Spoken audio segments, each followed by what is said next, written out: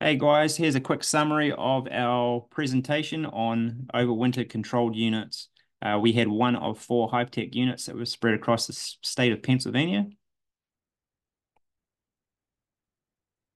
Here it is from the outside. So it's a Hypertech Solutions unit. Image of the inside.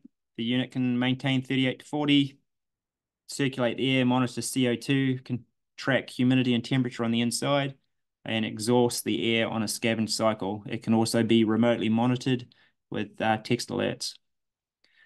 We loaded up 20 10-frame deeps and 65 nukes into the units, allowing for airspace and porting. We also had a control group outside of another 20 10-frame deeps.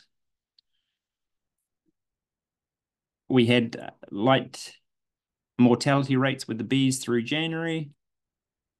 And with a monitoring system, we actually saw a decline in CO2 and activity by mid-February.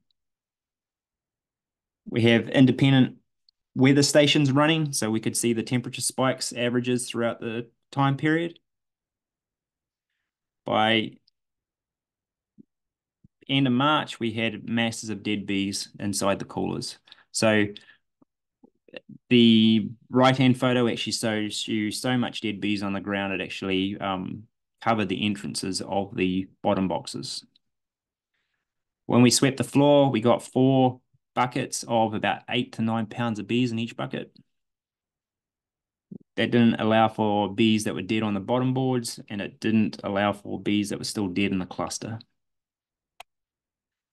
The control group outside did remarkably well, as our normal mortality rate is about 8% in our area.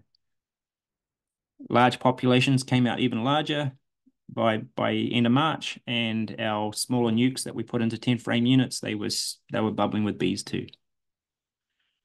The results of the group, Bernie suffered the worst results. He was parked the unit for power supply next to a pond, so he had high moisture contents. I told you about my CO2 levels. Mark had to open his doors because he had a temperature equilibrium problem. The Penn State Collaborative unit, the refrigeration unit actually broke down. They had to open the doors for a couple of days.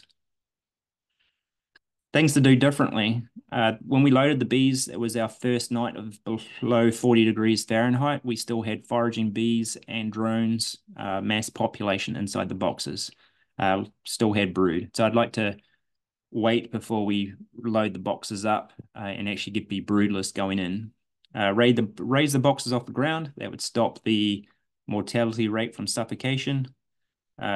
Potentially screen the bottom boxes, like the bottom boards, to get more airflow through them. There was no light, so the queens weren't laying inside the cooler. So when we opened them up, they didn't start laying until they were activated by light. Within a couple of days after being outside the unit, they started laying again. Potentially putting ports through the box and allow bees to have cleansing flights and use it as a controlled windbreak system. The size of the unit, even though it's designed to be portable, it's not practical for our size of operation. It was either too large for our nukes or too small for all our deep boxes. Year 2, there is a continuous study going on. It was how to utilize the building more. So it is a refrigerator, so you can see our other uses with our lettuce and storage.